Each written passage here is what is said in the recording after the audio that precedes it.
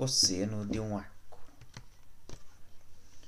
Para estudar o cosseno de um arco, nós vamos ter que lembrar do estudo do cosseno dentro de um triângulo retângulo. Então, algo semelhante ao seno de um arco. Então, o cosseno de um ângulo no triângulo retângulo era encontrado dividindo o cateto adjacente pela hipotenusa, né?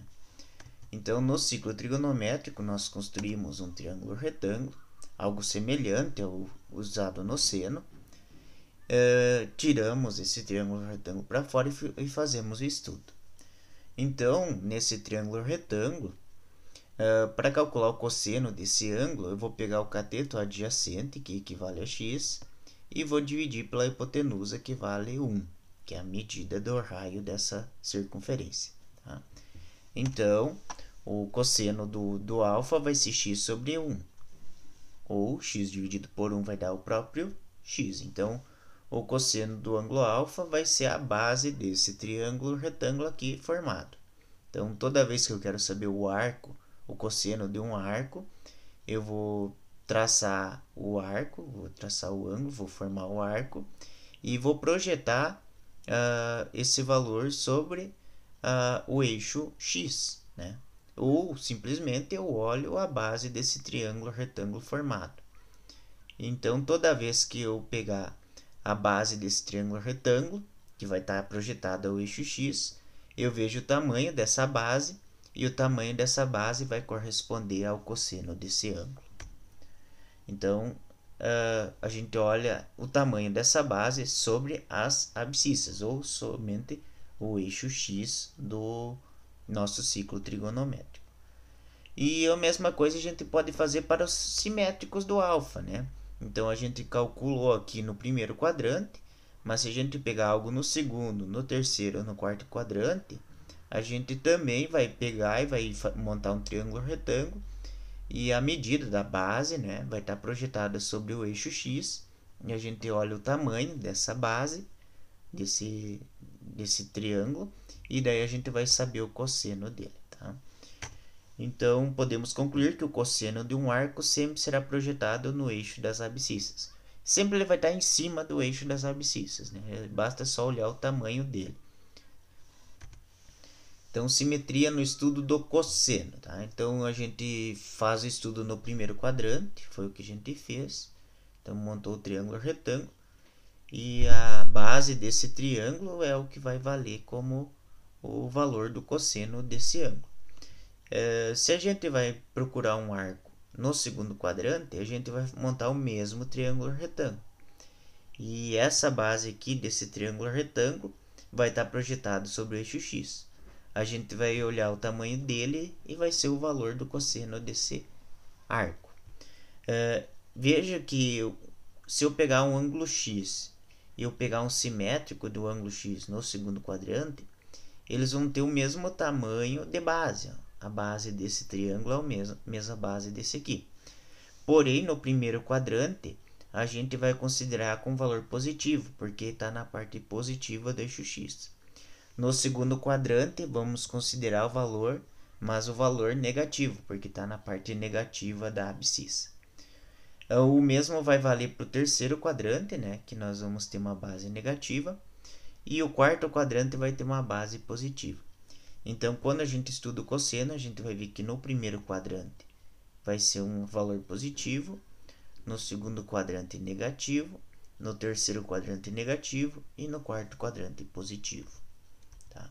Então, aqui como exemplo, coloquei um ângulo de 45 graus. Então, o cosseno de 45, aqui, vemos 45 aqui, ele vai ter um valor, e o cosseno de 135, como é simétrico a 45, vai ter o mesmo valor, só que porém negativo, por isso esse sinal de menos aqui. Então, segundo quadrante, o cosseno vai ser negativo. Como 45 é simétrico de 135, eles vão ter o mesmo valor em módulo, o mesmo número. Porém, no primeiro quadrante vai ser positivo e no segundo negativo. Tá? Agora a gente vê por um exemplo no terceiro e no quarto quadrante, né? Então, aqui nós temos o cosseno de 30 graus, ele vai ser igual ao menos cosseno de 210 graus. A gente já viu que o 150 também vai ser negativo, né? Agora nós estamos vendo que no terceiro quadrante também vai ser negativo. Então veja que a base desse triângulo retângulo formado aqui no segundo quadrante é a mesma base desse triângulo retângulo formado no terceiro quadrante. E essa base aqui tem o mesmo comprimento da base do arco, do triângulo retângulo do arco de 30 graus. Por quê? Porque 30, 150 e 210 são simétricos. Então, logo, eles terão o mesmo valor da base. Porém, o 150 e o 210 a gente vai considerar negativo. Porque terceiro e quarto quadrante, eles têm a base projetada na parte negativa do eixo X. Enquanto que o 30 e o 330 vão ter resultado positivo, porque eles estão projetados na parte positiva do ciclo trigonométrico. Então é o que a gente coloca aqui, ó, 30 graus igual ao cosseno de 330. Então o cosseno de 0 a 90 graus vai variar de 0 a 1. É algo parecido com a do seno, né?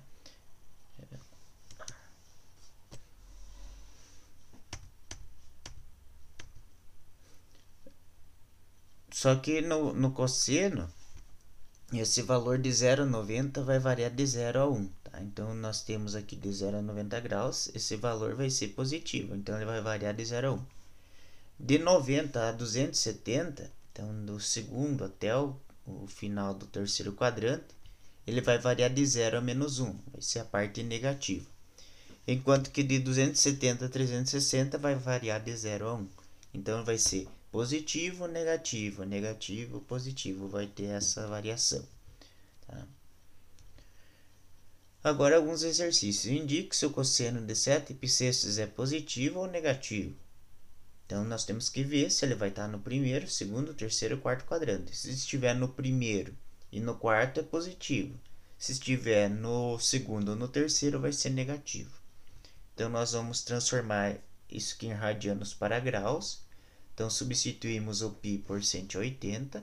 Né? Então, 7 vezes 180 dividido por 6. Isso aqui vai simplificar, vai ficar 7 vezes 30. Né? Desconsidera esse 6, né? Porque dividindo 180 por 6 vai ficar só 7 vezes 30. E 7 vezes 30 vai dar 210. E 210, então, ele vai estar no terceiro quadrante, onde o cosseno é negativo. Então, o cosseno de 7 π vai ser negativo. Verifique se o cosseno de 90 é o triplo do cosseno de 30. Como que a gente vai fazer isso?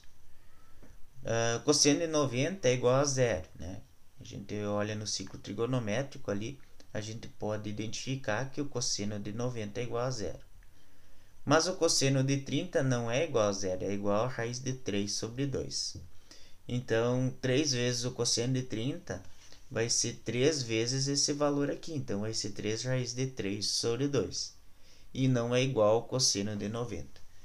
Isso aqui vale para todos os valores de seno, cosseno, tangente, tá? Nunca dá para a gente pegar o triplo ou o dobro de um cosseno, de um seno, de uma tangente e dizer que ele vale igual o triplo do valor do ângulo. No caso, o triplo do cosseno de 30 não é igual ao cosseno de 90. Tá? Então, tem que ter cuidado, isso que vale para todos os ângulos. Calcule o cosseno de 2π mais cosseno de π dividido pelo seno de π². Aqui é uma mistura de cosseno com seno. Né? Então, nós temos que calcular, né, o cosseno de 2π. Transformamos o 2π em graus, né? Então vai ser 2 vezes 180 dividido por 3, que é igual ao cosseno de 120. Para saber o cosseno de 120, eu tenho que saber qual que é o simétrico de 120. Então, o simétrico de 120 está a 60 graus do 180, então o simétrico de 120 é 60 graus. Então, o cosseno de 60 vai ser menos 1/2, né? Como o cosseno de 60 é 1/2, e o cosseno no segundo quadrante é negativo, então nós colocamos negativo aqui. Né? O cosseno de 60 a gente sabe pela tabelinha, aquela tabela dos ângulos notáveis, que é 1/2. E como o cosseno de 60 vai ser o mesmo valor de 1/2, porém no segundo quadrante vai ser negativo, então menos 1/2. Cosseno de π Cosseno de π é a mesma coisa que cosseno de 180, e o cosseno de 180 vai valer menos 1. Então, se a gente olhar no ciclo trigonométrico, a gente vai ver que a posição do cosseno de 180 ele vai estar projetado em cima do menos 1 do ciclo trigonométrico. Seno de π quartos é a mesma coisa que o seno de 45, né? Seno de 45 é raiz de 2 sobre 2, está naquela tabelinha dos ângulos notáveis. Então, basta agora a gente substituir, né? Cosseno de 2π terços por menos 1 meio, cosseno de π por menos 1, seno de π quartos por raiz de 2 sobre 2. Então, fazemos a soma desses valores, vai dar menos 3 raiz de 2.